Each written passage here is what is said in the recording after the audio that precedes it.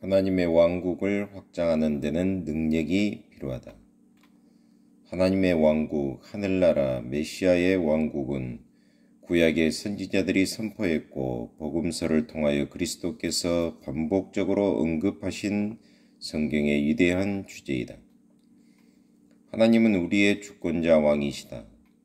오늘 우리 마음 가운데서 그리고 예수님이 재림하실 때까지 이 세상에서 하시는 그분의 통치는 구원을 주시는 하나님의 왕국의 통치이다. 그 왕국은 인간의 손을 통하여 건설되지만 인간의 손에 의하여 세워지지는 않는다. 그 왕국은 성령과 성령 충만한 자들의 협력 사역을 통하여 역사하시는 하나님의 능력으로 건설된다. 하나님의 왕국은 사람들이 세운 어떤 영역이나 사람들에 의하여 수행되는 어떤 행위를 의미하지는 않는다. 그 왕국은 하나님의 행위이며 인간적 성취가 아니고 심지어 헌신된 그리스도인들의 성취도 아니다. 그 왕국의 능력은 하나님의 대표자들을 통하여 그리고 그들 속에서 작용한다. 그러나 그 능력은 그들의 능력이 아니며 하나님의 능력이다. 그리스도는 자기 백성들에게 기도와 순종을 통하여 풀고 매는 데 사용할 수 있는 그 왕국의 열쇠를 주셨다. 마태복음 16장 9절, 18장 18절로 20절. 그러나 그 열쇠의 능력은 하나님의 능력 가운데 머물러 있으며 오직 성령의 인도와 허용을 통하여 사용할 수 있다. 왕국의 능력은 예수님의 사역을 통하여 제시되고 또 그 제자들의 사역을 통하여 나타났다. 참으로 그 능력은 오늘 우리의 사역 가운데서도 나타날 수 있다. 그러나 그것은 우리의 능력이 아니다. 그 능력은 오직 하나님께서 작동시키시고 명백하게 드러내실 때에만 우리를 통하여 계속적으로 나타나고 발휘될 것이다. 우리의 최선의 노력 그 자체가 그 왕국을 세우거나 발전시키지 못한다. 그리스도인들의 노력만으로는 부족하다. 성령 충만한 자들의 최선의 수고로도 불충분하다. 오직 성령의 인도와 능력 주심, 그리고 성령 충만한 자들의 노력을 성령께서 사용하심으로 어떤 집단 또는 사람의 마음 속에서 그리스도의 통치를 확장시킬 수 있다. 하나님께서 거룩한 백성들의 봉사와 증거 그리고 영향력을 사용하실 수 있는 범위는 하나님께서 그들을 통하여 주권적으로 능력을 주시고 역사하시는 범위에 달려 있다. 정결과 능력은 아주 밀접하게 연결되어 있지만 같은 것은 아니다. 우리는 이 두 가지 모두가 필요하다. 하나님은 우리가 이 두 가지를 다 갖기 원하신다. 정결과 능력은 우리의 삶에 있어서 필수적인 것이다. 특히 봉사에 있어서는 더욱 필수적인 것이다. 정결은 아름답고 적극적일 수 있지만 동시에 대체로 소극적으로 될 수도 있다. 정결은 유지되어야 하며 능력은 자꾸 새로워져야 한다. 적극적인 성과 의의 모습을 띤 정결은 하나님께서 우리에게 원하시는 능력의 결과이다. 하나님은 우리가 그의 원하시는 존재가 되고 또 그가 원하시는 바를 행하도록 성령의 능력을 우리에게 주시기를 원하신다. 정결은 삶에 속하고 능력은 특히 봉사에 속한다. 그리스도인 지도자들의 영적인 척도는 성령 충만과 성령께서 부어주시는 능력에 있다. 말솜씨, 효과적인 전달, 그리고 훌륭한 달변만으로는 충분하지 않다. 내용, 정통성, 그리고 확고한 성경적 진리 등이 필수적이지만 그것만으로도 부족하다. 또 인격, 우아한 말솜씨, 그리고 행동이 중요하지만 그것만으로도 부족하다. 주의 능력이 그것들 위에 임해야 한다. 이러한 특징들은 모두 인간의 차원에서도 존재할 수 있다. 그러나 그 왕국은 하나님께서 인간에게 부어주시는 영적 차원에서 세워지고 발전되며 드러나야 한다. 그 왕국은 우리를 통하여 역사하시는 하나님 자신임에 틀림없다. 고린도에 있던 일부 사람들이 바울과 그의 사역을 비판하기 시작했을 때 바울은 거기에 별로 신경을 쓰지 않았다. 사도 바울은 주님을 자기의 판단자로 삼았다. 고린도전서 4장 4절. 오직 하나님만이 우리 안에서 역사하시는 그 능력의 분량을 알고 계신다. 바울은 그 사실을 아주 분명히 밝히면서 이렇게 말한다. 하나님의 나라는 말에 있지 아니하고 오직 능력에 있음이라. 고린도전서 4장 20절.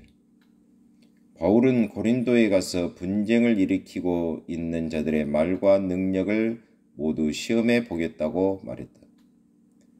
진리는 중요한 것이지만 그리스도를 섬길 때 그것은 불붙는 진리가 되어야 한다.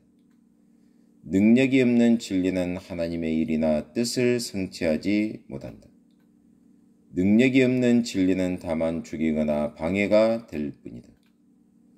바울은 고린도인들이 그들 가운데 나오는 지도자들의 생활과 사역 가운데 하나님의 능력이 있는지 없는지를 보아 그들의 신빙성을 평가하기를 원했다.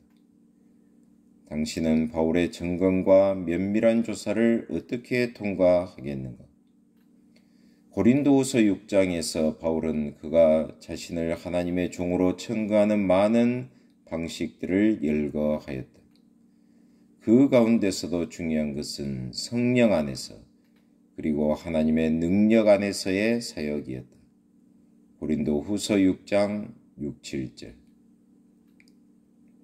바울은 데살로니가 교회를 향하여 이렇게 상기시켰다. 이는 우리 복음이 말로만 너희에게 이른 것이 아니라 오직 능력과 성령과 큰 확신으로 된 것이니 우리가 너희 가운데서 너희를 위하여 어떠한 사람이 된 것은 너희 아는 바와 같으니라. 데살로니가전서 1장 5절. 바울은 하나님의 능력이 역사하고 계신다는 사실을 깊이 자각하고 있었다. 그리스도인 지도자는 하나님의 능력이 특별히 나타날 때 알아차리는 것이 보통이다. 당신도 사역에 있어서 이러한 사실을 자주 느끼고 있는가? 바울에게는 그것이 정상적인 상태였다. 레온 모리스는 아래와 같이 진실을 말했다. 복음이 충실하게 선포될 때마다 능력이 나온다. 단순한 권면이 아니라 능력이 생기는 법이다. 바울은 말이나 메시지에만 근거한 믿음이 요동하기 쉽다는 사실을 알고 있었다. 그러므로 바울은 고린도인들에게 메시지를 선포하는 자기의 방식과 메시지가 모두 성령의 능력의 나타남과 함께 있다는 사실을 상기시킨다. 고린도전서 2장 4, 5절. 그리하여 그들의 믿음은 바울이 전한 말의 내용에 덧붙여진 능력의 나타남에 근거할 수 있었던 것이다. 나타남으로 번역된 헬라어는 증명 또는 증거를 암시해주는 표현이다. 이 말은 어떤 전제로부터 결론이 나올 수밖에 없는 사실을 나타내는 전문적 용어이다. 바울의 메시지 가운데 하나님의 능력이 아주 명백하게 나타났으므로 고린도인들은 그 메시지와 그 전달자가 하나님으로부터 왔다는 결론을 내리지 않을 수 없었다. 능력은 진리를 확증으로 불타는 진리를 실행해야 한다. 바울에게 있어서 이러한 능력은 그 사역의 커다란 특징이요 절대 필수적인 것이었으므로 그리스도의 능력이 자기에게 머물도록 하기 위해서는 어떠한 대가라도 기꺼이 치르려고 했다. 이것은 마치 바울이 하나님을 향하여 나에게 당신의 능력을 더 많이 부어주소서, 나를 통하여 당신의 능력이 더 많이 나타나게 하소서라고 끊임없이 부르짖는 것과 같았다. 바울은 이미 성령의 능력을 잘 알고 있었으므로 바울에게 있어서 그 능력은 그가 하나님의 뜻 가운데 있다는 사실을 보여주는 증거였다. 바울에게 중요한 것은 환상이나 계시가 아니었다. 바울은 마지못해서 하나님께서 자기에게 보여주신 아주 귀하고 신비한 체험들을 증거했다. 고린도 후서 12장. 그렇다 바울이 원하는 것은 성령을 통하여 전달되는 그리스도의 동행하시는 능력을 더 많이 받는 것이다. 바울의 소원은 이따금씩 얻을 수 있는 산 꼭대기의 체험이 아니었다. 그는 매일의 생활과 사역 속에서 하나님의 능력을 끊임없이 체험하기를 갈망하였다. 바울은 갈급해하고 사모하면서 그 능력이 매일 자기와 함께 할 수만 있다면 어떠한 대가라도 기꺼이 치르려고 하였다. 이는 그리스도의 능력으로 내게 머물게 하려 함이라. 고린도 후서 12장 9절. 이것이 바울의 마음속에서 우러나오는 부르짖음이었다. 그리스도는 제자들에게 성령이 임할 때 권능을 주시겠다고 약속하셨다. 사도행전 1장 8절. 바울은 그 능력을 거듭거듭 체험하였다. 그 능력은 바울의 사역의 특징이 되었다. 바울은 그 능력을 여러 번 증거하였다. 바울은 그 능력이 자기에 머물기를 원했다. 헬라어로 거한다는 의미이다. 그리스도가 성육신 하신 기간 동안에 우리 가운데 오셔서 거하신 것과 마찬가지로 요한복음 1장 14절에서는 동일한 헬라어가 사용되었다. 바울은 사역에 있어서 자기의 그리스도의 능력이 거하는 것을 최대의 소망으로 여겼다. 대부분의 주석자들은 이처럼 마음에서 우러나오는 부르짖음 가운데서 하나님의 셰키나 영광을 생각한다. 그 셰키나의 영광은 광야의 장막 위에 있었으며 그 장막으로 들어가 장막 안에 있는 언약궤를 덮었다. 나중에 그 영광은 성전으로 들어가 성전 안에 있는 지성소의 언약궤 위에 가했다. 셰키나의 영광이 언약궤를 덮었듯이 바울은 그리스도의 능력이 그를 덮고 가리며 끊임없이 머물기를 원했다.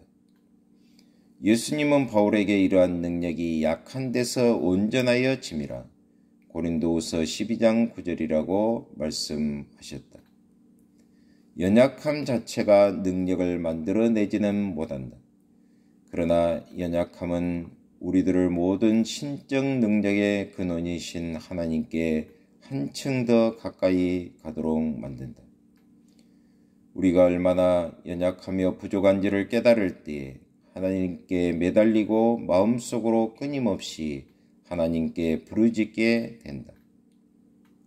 바울이 육체에 가시 고린도후서 12장 7절과 다른 모든 반대, 위험 그리고 오직 그리스도를 위하여 봉사하면서 겪었던 고난들 고린도후서 11장 23절로 30절이 하나님께 더 가까이 나아가도록 하며 끊임없이 하나님을 의지하도록 만들었다는 사실을 계시를 통하여 깨달았을 때 그는 이렇게 말했다.